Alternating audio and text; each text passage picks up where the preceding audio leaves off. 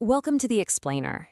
Today, we're getting into a story that, on the surface, is about bad software. But it's so much more than that. We're talking about how a tech glitch basically shattered faith in the entire British justice system. And this latest chapter, it all kicks off with just two words. You knew. Just think about that. That's the accusation that was screamed outside Parliament. And it just cuts right to the bone of the Horizon Post Office scandal. Those two words, they change everything. Okay, so let's break this down. Why is this all blowing up now? Well, to get it, you have to picture the scene that really lit the fuse. We're talking about a super tense standoff right at the heart of British government.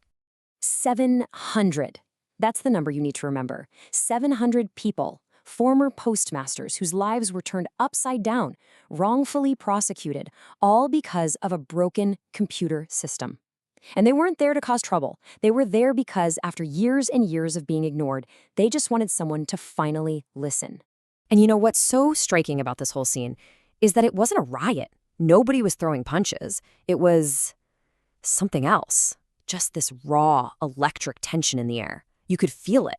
It was this clash between the people the system failed and the police who were, well, literally the line defending that system. And right in the middle of all that, someone shouts out something that just sums it all up perfectly. Procedure ruined my life. Wow, that says it all, doesn't it? This isn't about some abstract debate. It's about the real, devastating human cost when a rigid system just rolls over people. So what was the spark?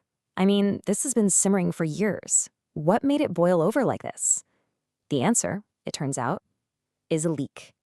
Right, so for a long time, the story we were told was that this was just a massive, unfortunate computer bug, a glitch. But these leaked documents, they've completely flipped the script. They are the reason for all the anger we're seeing. And we're not talking about some random internal memo here. These are files from the Crown Prosecution Service. You know, the CPS, the people who are supposed to prosecute crimes. And these files are now out there, in the open, and boy are they explosive. So here's the bombshell. What these files seem to show is that this wasn't just an oops, a simple mistake. These suggest that people inside the system had serious doubts about the software while they were still prosecuting these postmasters. And that changes everything, right? It goes from being about a failure to being about a choice. And because of this leak, we're now having this really uncomfortable public debate. It's basically a showdown between two big ideas. The need to keep the justice system looking stable and trustworthy versus this raw, desperate demand for the whole truth, no matter how ugly. And you can see the two sides of the argument right here. One side says, look, we can't just reopen everything. It would make the whole system look chaotic. But the other side is firing back. What good is a stable system if it's built on secrets? That's not real trust. So you see, with this new information, the anger isn't really about the Horizon software anymore. It's bigger. It's aimed squarely at the institutions themselves, the entire machinery that's supposed to give people justice. And the really tricky part here is that the villain isn't one person you can point a finger at. It's the system itself. It's almost like it's designed to protect itself, you know? It prioritizes just keeping things running over fixing its own mistakes. And responsibility gets spread so thin that in the end, nobody is actually responsible for the damage. So you hear officials talking about the rule of law and due process. And yeah, that sounds good in a press conference. But if you're one of these postmasters standing on the pavement, it just sounds empty. For them, the issue isn't that a mistake happened. The issue is that it looks like the system chose to manage the problem, to contain it, instead of actually facing it head on. So where does this leave us? I mean, what happens when a whole group of people just completely loses faith? When they stop believing that the system can, or even wants to, fix its own errors? Well, you get this huge divide. It's like two different languages are being spoken. The system talks in officialese, processes were followed, a review is underway. But what the victims hear is, we're stalling, your pain doesn't matter, and even worse, the truth is a problem for us. And here's the really scary part.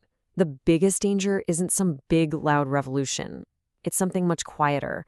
It's this corrosive feeling of just detachment. People give up hope.